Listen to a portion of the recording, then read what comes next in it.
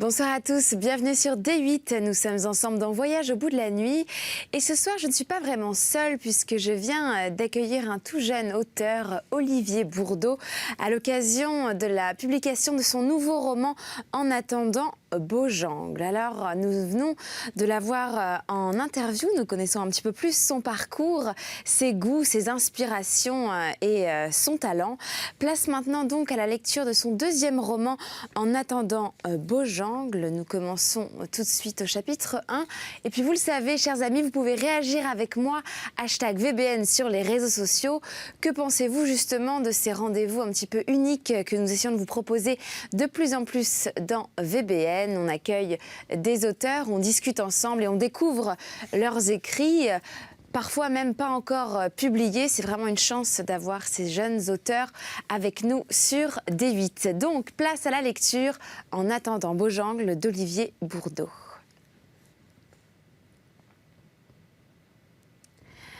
Chapitre 1. Ceci est mon histoire vraie, avec des mensonges à l'endroit, à l'envers, parce que la vie c'est souvent comme ça.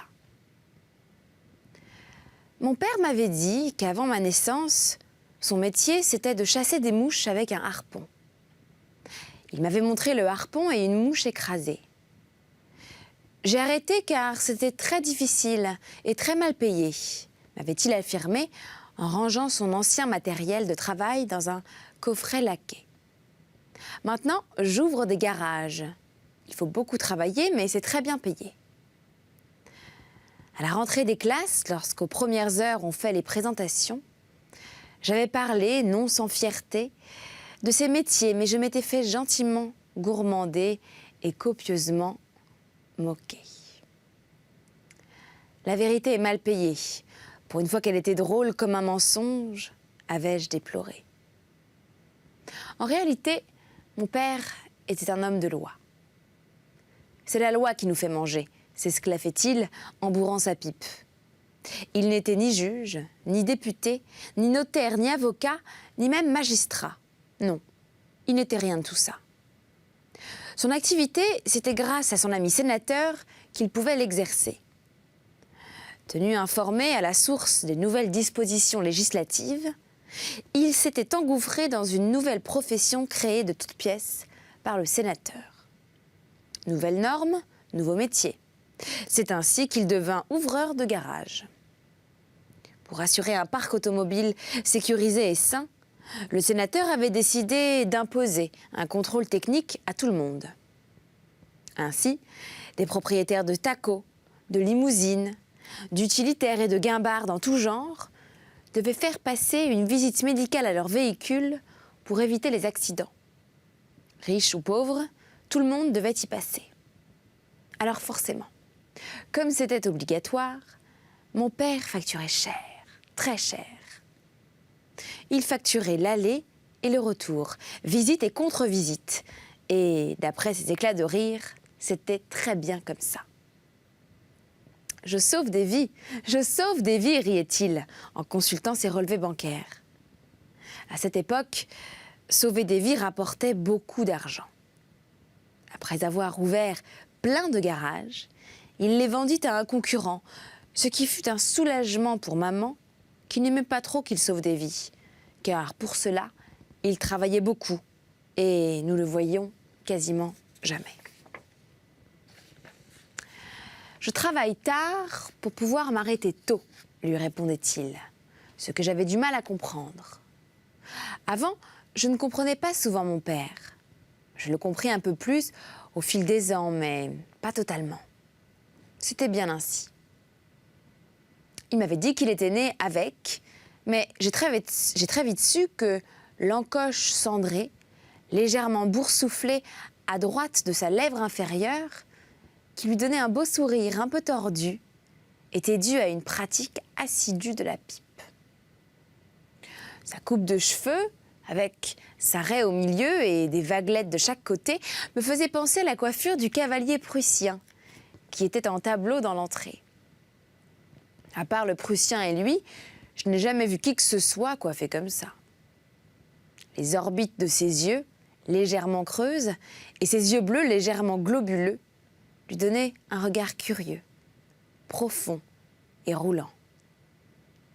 À cette époque, je l'ai toujours vu heureux.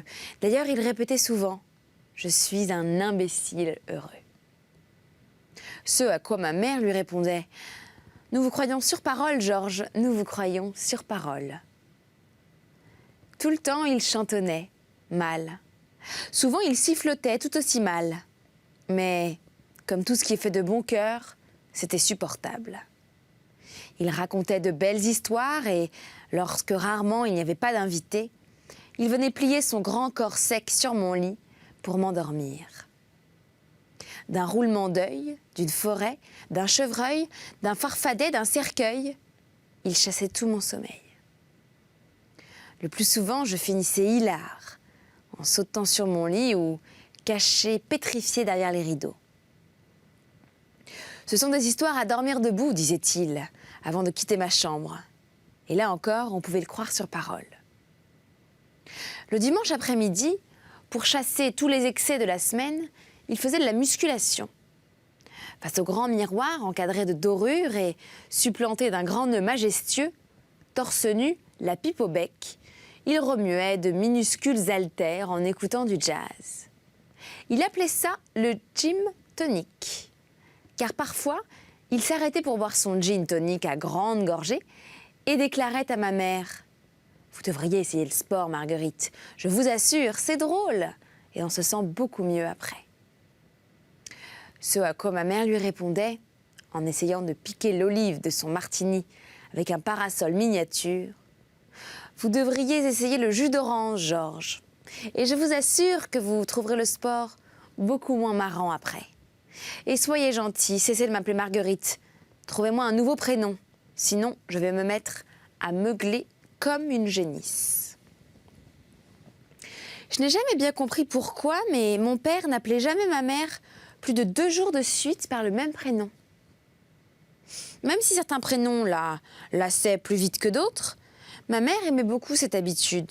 Et chaque matin, dans la cuisine, je la voyais observer mon père, le suivre d'un regard rieur, le nez dans son bol ou le menton dans les mains, en attendant le verdict. « Ah non, vous ne pouvez pas me faire ça. Pas René, pas aujourd'hui. Mais ce soir, nous avons des gens à dîner, » s'exclafait-elle. Puis elle tournait la tête vers la glace et saluait la nouvelle Renée en grimaçant, la nouvelle Joséphine en prenant un air digne, la nouvelle Marie-Lou en gonflant les joues. En plus, je n'ai vraiment rien de René dans ma garde-robe. 1 jour par an seulement, ma mère possédait un prénom fixe. Le 15 février, elle s'appelait Georgette. Ce n'était pas son vrai prénom, mais la Sainte Georgette avait lieu le lendemain de la Saint-Valentin. Mes parents trouvaient tellement peu romantique de s'attabler dans un restaurant entouré d'amour forcé, en service commandé. Alors chaque année, ils fêtaient la Sainte Georgette en profitant d'un restaurant désert et d'un service à leur seule disposition. De toute manière, papa considérait qu'une fête romantique ne pouvait porter qu'un prénom féminin. « Veuillez nous réserver la meilleure table au nom de Georgette et Georges, s'il vous plaît. Rassurez-moi, il ne vous reste plus de vos affreux gâteaux en cœur? Non, Dieu merci, car voyez-vous, nous avons bon goût et nous sommes réellement amoureux. À tout de suite, monsieur, » disait-il en réservant la table d'un grand restaurant. Pour eux, la Sainte Georgette n'était surtout pas la fête des amourettes. Après l'histoire des garages, mon père n'avait plus de temps ni plus besoin de se lever pour nous faire manger. Alors il se mit à écrire des livres. Tout le temps, beaucoup. Il restait assis à son grand bureau devant son papier. Il écrivait, riait en écrivant, écrivait ce qui le faisait rire, remplissait sa pipe. Le cendrier, la pièce de fumée et d'encre, son papier. Les seules choses qui se vidaient, c'étaient les tasses de café et les bouteilles de liquide mélangés. Mais les réponses des éditeurs étaient toujours les mêmes. C'était bien écrit, drôle, mais ça n'a ni queue ni tête. Pour le consoler de ce refus, ma mère disait « A-t-on déjà vu un livre avec une queue et une tête? Ça se saurait. » Ça nous faisait beaucoup rire, mais c'était quand même vrai. D'elle, mon père disait qu'elle tutoyait les étoiles, ce qui me semblait étrange car elle vous voyait tout le monde, y compris moi. Ma mère vous voyait également la demoiselle de Numidie, cet oiseau élégant et étonnant qui vivait dans notre appartement et promenait en ondulant son cou noir, ses houppettes blanches et ses yeux rouges violents, depuis que mes parents l'avaient ramené d'un voyage ou je ne sais où, de leur vie d'avant. Nous l'appelions Mademoiselle Superfatoire, car elle ne servait à rien, sauf à crier très fort sans raison, faire des pyramides rondes sur le parquet ou à venir me réveiller la nuit en tapant à la porte de ma chambre, de son bec orange et vert olive. Mademoiselle était comme les histoires de mon père. Elle dormait debout, avec la tête cachée sous son aile. Enfant, j'ai souvent essayé de l'imiter, mais c'était rudement compliqué. Mademoiselle adorait quand maman lisait, allongée dans le canapé, et qu'elle lui caressait la tête pendant des heures. Mademoiselle aimait la lecture, comme tous les oiseaux savants. Une fois, ma mère souhaitait emmener Mademoiselle Superfétatoire en ville faire des courses. Pour cela, elle lui avait confectionné une belle laisse en perles. Mais Mademoiselle avait eu peur des gens et les gens avaient eu peur de Mademoiselle qui criait comme jamais. Une vieille dame à teckel lui avait même dit que c'était inhumain et dangereux de promener un oiseau en laisse sur le trottoir. Des poils, des plumes, quelle différence? Mademoiselle n'a jamais mordu qui que ce soit et je la trouve bien plus élégante que votre pâté de poils. Venez, mademoiselle, rentrons chez nous. Les gens sont vraiment trop communs et grossiers. Elle était remontée à l'appartement, fortement remontée, et lorsqu'elle était dans cet état-là, elle allait voir mon père pour tout le lui raconter dans le détail, parfois même plus. Et comme à chaque fois ce n'était qu'après avoir terminé qu'elle redevenait guillerette, elle s'énervait souvent, mais jamais longtemps. La voix de mon père était pour elle un bon calmant. Le reste du temps, elle s'extasiait de tout, trouvait follement divertissant l'avancement du monde et l'accompagnait en sautillant gaiement. Elle ne me traitait ni en adulte, ni en enfant, mais plutôt comme un personnage de roman. Un roman qu'elle aimait beaucoup et tendrement, dans lequel elle se plongeait à tout instant. Elle ne voulait entendre parler ni de tracas, ni de tristesse. Quand la réalité est banale et triste, inventez-moi une belle histoire. Vous mentez si bien, ce serait dommage de nous en priver. Alors, je lui racontais ma journée. Cette journée imaginaire, et elle tapait frénétiquement dans ses mains en gloussant. Quelle journée, mon enfant adoré, quelle journée! Je suis bien contente pour vous. Vous avez dû bien vous amuser. Puis elle me couvrait de baisers. Elle me picorait, disait-elle. J'aimais beaucoup me faire picorer par elle. Chaque matin, après avoir reçu son prénom quotidien, elle me confiait un de ses gants en velours, fraîchement parfumés, pour que toute la journée, sa main puisse me guider. Certains traits de son visage portaient les nuances de son comportement enfantin. De belles joues pleines et des yeux verts pétillants d'étourderie. Les barrettes nacrées et bigarrées qu'elle mettait, sans cohérence particulière, pour dompter sa chevelure léonine, lui conférait une insolence mutine d'étudiante attardée.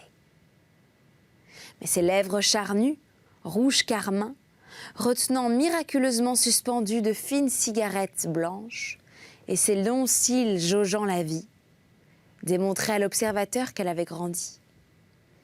Ses tenues légèrement extravagantes et extrêmement élégantes, du moins quelque chose dans leur assemblage, prouvaient au regard scrutateur qu'elle avait vécu, qu'elle avait son âge.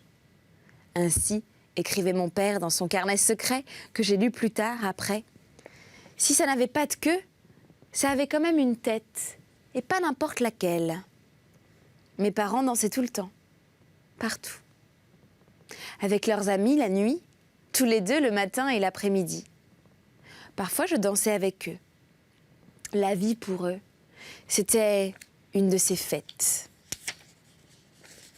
Ils faisaient des danses vraiment incroyables. Ils bousculaient tout sur leur passage. Mon père lâchait ma mère dans l'atmosphère, la rattrapait par les ongles après une pirouette, parfois 2, même 3. Il la faisait balancer sous ses jambes, la faisait voler autour de lui comme une girouette.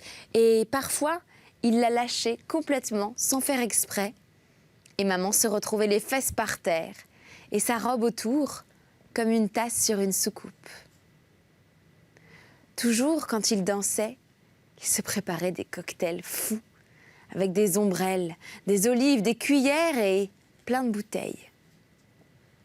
Sur la commode du salon, devant un immense cliché noir et blanc de maman, sautant dans une piscine en tenue de soirée, se trouvait un beau et vieux tourne-disque sur lequel passait toujours le même vinyle de Nina Simone et la même chanson, Mister Bojangles. C'était le seul disque qui avait le droit de passer sur l'appareil. Les autres musiques devaient se réfugier dans une chaîne hi-fi, plus moderne et un peu terne. Cette musique était vraiment folle. Elle était triste et gaie en même temps. Et elle mettait ma mère dans le même état. Elle durait longtemps, mais s'arrêtait toujours trop vite. Et ma mère s'écriait « Remets ton Bojangles !» en tapant vivement dans ses mains. Alors il fallait s'emparer du bras pour remettre le diamant sur le bord. Il ne pouvait y avoir qu'un diamant pour donner une musique pareille. Pour recevoir plein de gens, notre appartement était très grand. Sur le sol de l'entrée, sur les grands carrés en noir et blanc, il y avait un jeu de dames géant. Mon père avait acheté plein de coussins noirs et blancs et nous faisions de grandes parties le mercredi après-midi, sous le regard du cavalier prussien, qui servait d'arbitre mais qui ne disait jamais rien. Parfois, mademoiselle superfétatoire venait troubler le jeu en poussant les coussins blancs avec sa tête ou en les piquant avec son bec. Toujours les blancs parce qu'elle ne les aimait pas ou les aimait trop. On ne savait pas, on n'a jamais su pourquoi. Mademoiselle avait ses secrets comme tout le monde. Dans un coin du hall, il y avait une montagne de courriers que mes parents avaient constitués en jetant, sans les ouvrir, toutes les lettres qu'ils recevaient. La montagne était si impressionnante que je pouvais me jeter dedans sans me blesser. C'était une montagne joyeuse et moelleuse qui faisait partie du mobilier. Parfois, mon père me disait « Si tu n'es pas sage, je te fais ouvrir le courrier pour le trier. » Mais il ne l'a jamais fait. Il n'était pas méchant. Le salon était vraiment dingue. Il y avait 2 fauteuils crapauds rouge sang pour que mes parents boivent dedans, une table avec du sable de plein de couleurs à l'intérieur, un immense canapé bleu capitonné sur lequel il était recommandé de sauter. C'est ma mère qui me l'avait conseillé. Souvent, elle sautait avec moi. Elle sautait tellement haut qu'elle touchait la boule en cristal du lustre aux 1000 chandelles. Mon père avait raison. Si elle le voulait, elle pouvait réellement tutoyer les étoiles. En face du canapé, sur une vieille malle de voyage avec plein d'autocollants de Capital, se trouvait un petit téléviseur moisi qui ne marchait pas très bien. Sur toutes les chaînes passaient des images de fourmilières en gris, en noir, en blanc. Pour le punir de ce mauvais programme, mon père l'avait chapeauté d'un bonnet d'âne. Parfois, il me disait « Si tu n'es pas sage, j'allume le téléviseur ». C'était l'horreur de regarder le téléviseur pendant des heures. Mais il le faisait rarement. Il n'était vraiment pas méchant. Sur le vaisselier qu'elle trouvait moche, ma mère avait fait pousser du lierre qu'elle trouvait beau. Alors le meuble était une plante géante. Le meuble perdait des feuilles et il fallait l'arroser. C'était un drôle de meuble, une drôle de plante. Dans la salle à manger, il y avait tout pour manger. Une grande table et plein de chaises pour les invités. Et bien sûr pour nous, ce qui était la moindre des choses. Pour aller dans les chambres se trouvait un long couloir dans lequel on battait des records de course. C'était le chronomètre qui le disait. Mon père gagnait toujours et mademoiselle superfétatoire perdait tout le temps. La compétition, ce n'était pas son truc. De toute façon, elle avait peur des applaudissements. Dans ma chambre, il y avait 3 lits, un petit, un moyen, un grand. J'avais choisi de garder mes lits d'avant dans lesquels j'avais passé de bons moments. Comme ça, j'avais l'embarras du choix, même si papa trouvait que mon choix ressemblait à un débarras. Sur le mur, il y avait un poster de Claude François en costume de pacotille, que papa avait transformé en cible à fléchette avec un compas, parce qu'il trouvait qu'il chantait comme une casserole, mais que Dieu merci, EDF avait mis fin à tout ça, sans que je comprenne ni comment, ni pourquoi.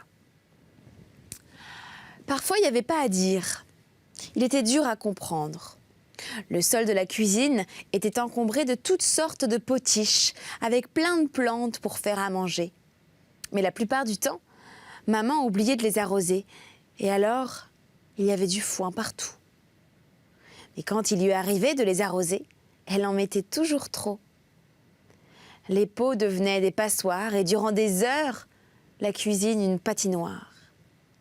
Un sacré foutoir qui durait le temps que la terre redonne l'eau en trop. Mademoiselle superfétatoire aimait beaucoup quand il y avait de l'eau partout. Ça lui rappelait sa vie d'avant, disait maman. Alors elle secouait ses ailes et gonflait son cou comme un oiseau content. Au plafond, au milieu des poêles et des casseroles, il y avait une pâte de cochon séchée qui était dégoûtante à regarder, mais très bonne à manger. Quand j'étais à l'école, maman préparait plein de choses à manger qu'elle confiait au traiteur qui nous les rapportait quand on en avait besoin. Ça épatait les invités. Le frigidaire était trop petit pour tout le monde, alors il était toujours vide. Maman invitait plein de gens à manger à n'importe quel moment de la journée. Les amis, certains voisins, du moins ceux qui n'avaient pas peur du bruit. Les anciens collègues de mon père, la concierge, son mari, le facteur, quand il passait à la bonne heure, l'épicier du Maghreb lointain mais qui était juste en bas dans sa boutique. Et même une fois, un vieil homme en guenilles qui sentait très mauvais mais qui était quand même satisfait. Maman était fâchée avec les horloges, alors parfois, je rentrais de l'école pour goûter. Il y avait du gigot à manger. Et d'autres fois, il fallait attendre le milieu de la nuit pour commencer à dîner. Avant, il fallait danser et manger des olives pour patienter. Il est arrivé qu'on danse trop pour manger, alors tard dans la nuit, maman se mettait à pleurer pour me montrer combien elle était désolée. Et elle me picorait en me serrant fort dans ses bras, avec son visage tout mouillé et son odeur de cocktail. Elle était comme ça, ma mère, et c'était bien ainsi. Et c'est ainsi que se termine notre première partie de lecture en attendant Beaujangle d'Olivier Bourdeau, un jeune auteur que nous avons reçu sur le canapé de D8 aujourd'hui. En tout cas, c'était un vrai plaisir pour moi de vous le présenter puisque nous aimons ici sur D8 eh bien, faire venir de plus en plus des auteurs, des jeunes auteurs, peu ou pas encore connus et qui ont un vrai talent d'écriture. C'est le cas ici en tout cas avec cette œuvre En attendant Beaujangle, donc d'Olivier Bourdeau. Merci d'avoir été avec nous. Je vous retrouve très vite sur D8. D'ici là, vous pouvez réagir avec moi #VBN sur les réseaux sociaux. Merci aux équipes techniques de Voyage au bout de la nuit. Une belle journée à tous. Je vous embrasse.